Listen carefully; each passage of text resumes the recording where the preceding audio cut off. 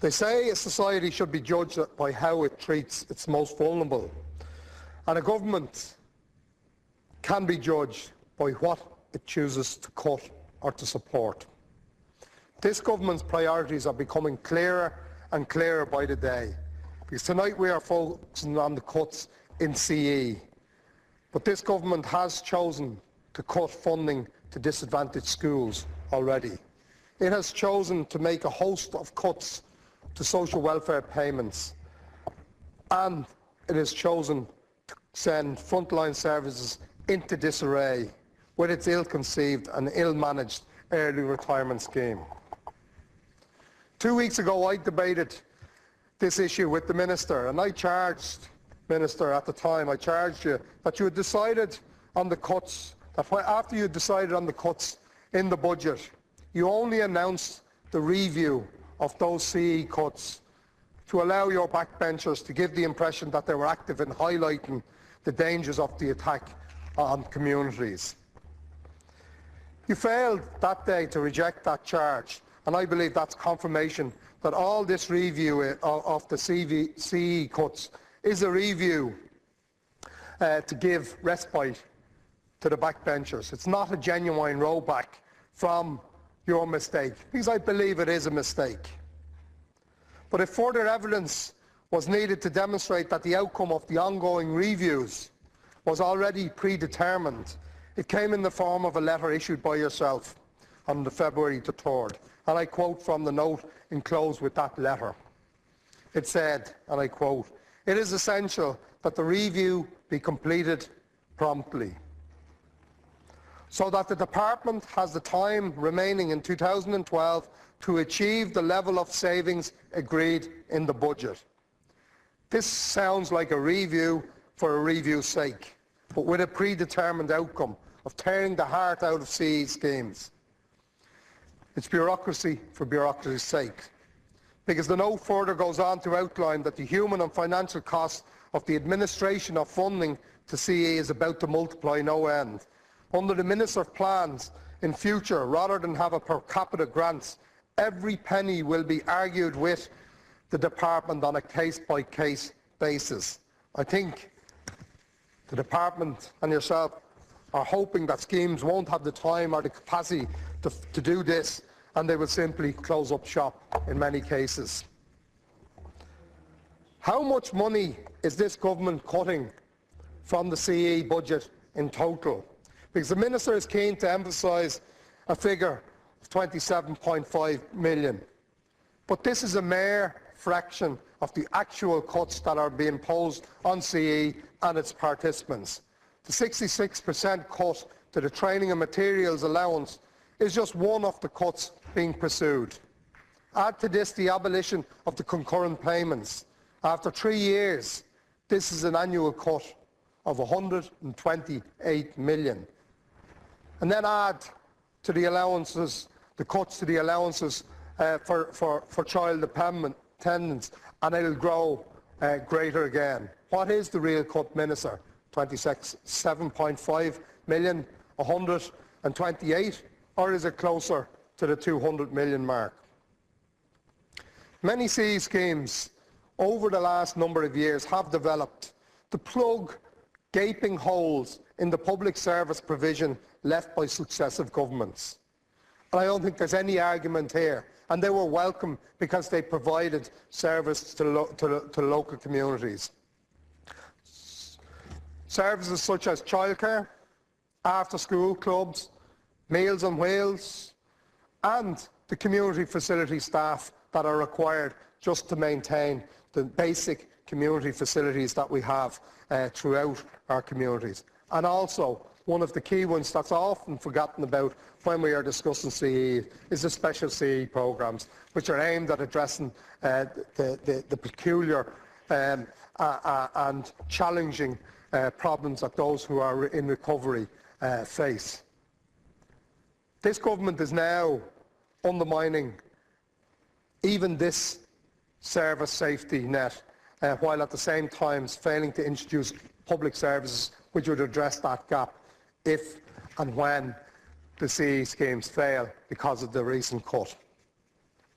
No one denies the value of community employment to communities, and I will take it as a given that we all agree in this chamber, and I haven't heard anybody saying that CE hasn't played an important role in their communities. But if that is a given, then why cut it in such a drastic fashion? We will see, I believe, later on tomorrow, government deputies, and even tonight, speaking and lauding the schemes, yet they will likely vote against the motion before them tomorrow evening. And the Minister seems to want to measure CE schemes and make its funding conditional on financial factors only. Announcing the review, the Minister promised not to close CE schemes that could prove that they are financially viable. For some projects, a cost-benefit analysis cannot easily be conducted. For some CE schemes, the question of their financial viability or otherwise shouldn't even come into the question. Some are intrinsically valuable and you just can't put a cost to that. For example, projects offering recreational opportunities to people with disabilities. That's one kind of which was under major threat of closure only a few weeks ago because of the cut to their training and materials allowance. We should fund them type of programmes because it's the right thing to do and not close them based on some short-sighted economic rationale. Yes, they should be evaluated, but not on a financial basis alone. If the government parties are determined to deal in economics, I've asked them to consider the consequential costs of cutting CE. For example, the cost if these types of programmes and other community programmes are cut, the cost of increased imprisonment, increased crime, the mental health services and the effects that some of the closures would have.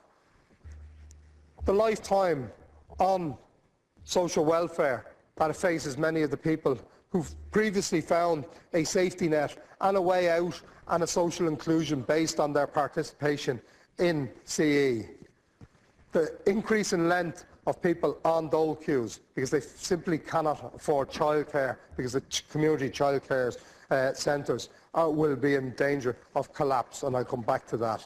And the whole aspect of isolation, both in rural but also for people who have disabilities, the social isolation if they cannot participate in schemes such as the CE programmes that were quite successful in the past and could have been better organised and better run and better financed and better resourced to have greater outcomes for their community, the participants and society as a whole.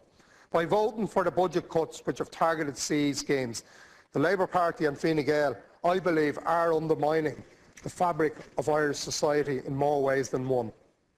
They are undermining the overstretched, underfunded yet efficient community infrastructure. They are undermining their very own activation agenda, and they are undermining recovery and rehabilitation, and they are condemning lone parents and their children to long-term social welfare dependency. This government claims to be all about activation, but they are actively undermining one of the key planks of activation. Community employment must be treated and fully funded as an integral part of any successful activation agenda. It's not just about progression of the CE participants themselves. CE also enables the activation of others. The Minister, you say that you want people on dole queues to actively engage and to avail of opportunities and options to keep them close to the labour market and to get back to work as soon as possible. For many on the dole, their sole meaningful advice is actually supplied by CE participants trained by the INOU and operate out of community resource centres or the likes. Assessing or accessing training, education and work is also contingent for many on the availability of affordable childcare. And CE is the bedrock of community childcare. Community childcare is in jeopardy right now as a consequence of this government's cuts, and by extension so is the entire activation agenda. It costs more than €500 per year to bring somebody to the FETEC level 5 which is required. Do you want your children to be minded by unqualified people? Obviously you don't. That costs an investment. Community childcare relies heavily on lone parents to staff the centres. But by abolishing concurrent payments and the CE qualified child increase, you are making participation in CE unaffordable for lone parents. I've been speaking with CE supervisors and other organisations, and I'm aware already that they cannot fill posts in childcare as a consequence of recent cuts. As one person put it to me in an email last week, and I quote, "The eligibility criteria are rigid in such a way that CE has become sheltered employment scheme, as the majority of participants joining schemes do so because they're unable to access the labour market. This is because they may have health issues, mental and physical, educational difficulties, learning difficulties or early school leavers, social issues, addiction issues, lone parents, carers, etc.